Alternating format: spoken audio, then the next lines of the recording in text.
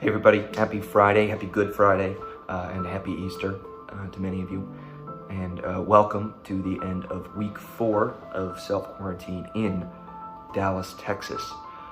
Things are beginning to look a little bit more hopeful, so let's keep the faith and keep on rocking.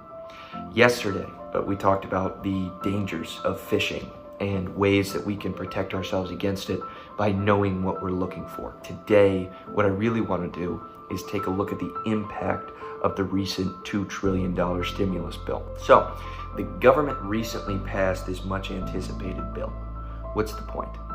Their objective is to offer some immediate relief to the millions of Americans and businesses suffering from the major shortage of cash. The bill's monumental price tag and quick bipartisan support, shockingly quick, reflect the true gravity of this situation, as well as the universality of its shared impact. This pandemic and the subsequent economic crisis have been quick to test, really, many of the systems and processes that our government uses to uphold social and economic wellness.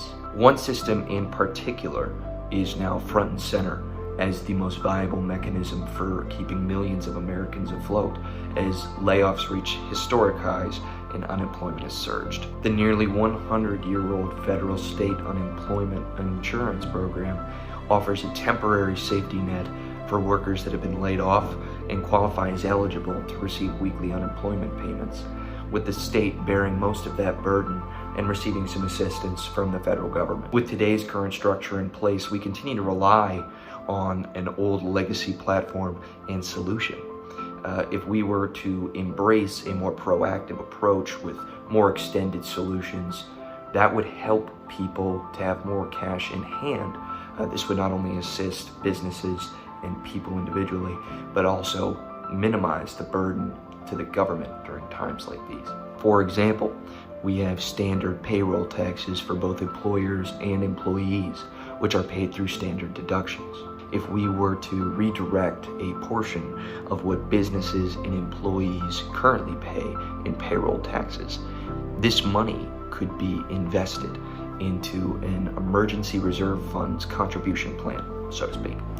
Similar to having the expectation of retirement security from a 401k, having an emergency reserve funds plan could offer a much more cost-friendly solution to near-term financial emergencies by not imposing withdrawal restrictions when they occur. Having this type of reserve fund established would enable businesses and their employees to have quick access to available funds in advance of any occurrence warranting their use. Whether qualifying events are determined on a case-by-case basis or reserved for much more specific national emergencies such as the one we're now facing, the accumulated interest and compounded value would be significant and beneficial both to businesses and employees.